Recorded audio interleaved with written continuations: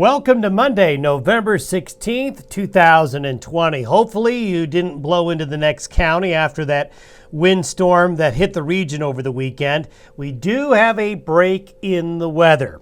Now the wind isn't going to go away. It's still going to be windy, but the 70, 80, 90 mile per hour winds, those winds that were just hellacious over the weekend, they're going to ease a bit. And we're also going to have some mild Pacific air come in. So actually, the first half of this week in the Intermountain West is looking actually not bad.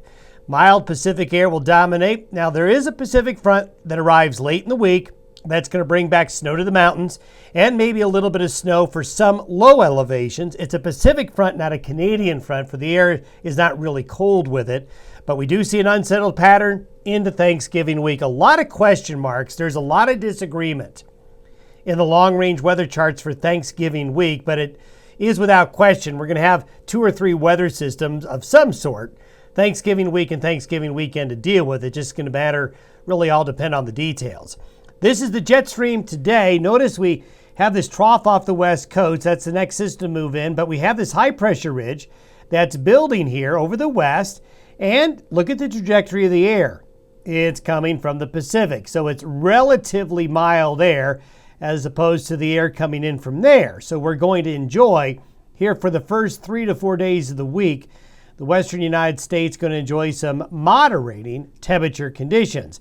You can still see strong jet stream winds aloft, but the main jet stream now has migrated off to the north and east, thankfully, giving us a little bit of a break. But by Thursday afternoon, that system right here, although not as amplified, does push in. And we are going to have a cold front come in late Thursday into Friday, then into Saturday. Now, it doesn't look like a lot, but there is going to be a good amount of Pacific moisture coming in here. So we're going to see a good chance of snow in the high country, and we're probably going to see a little bit of snow activity on the plains as well as we get into Thursday night, Friday, into early Saturday. Going forward, this is by next Wednesday, the day before Thanksgiving. We have another pretty decent Pacific trough coming in. Now, the computer models are in disagreement. This is the European model. The Canadian model has the storm more here.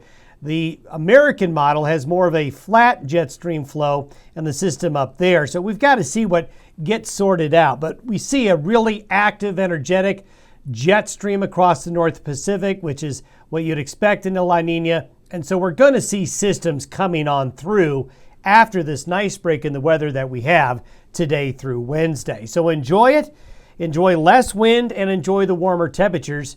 But look at the precipitation if we go out to 10 days. This is a pattern that looks very similar to the maps I showed you last week. More moisture for the Pacific Northwest, and look at the Sierras of California.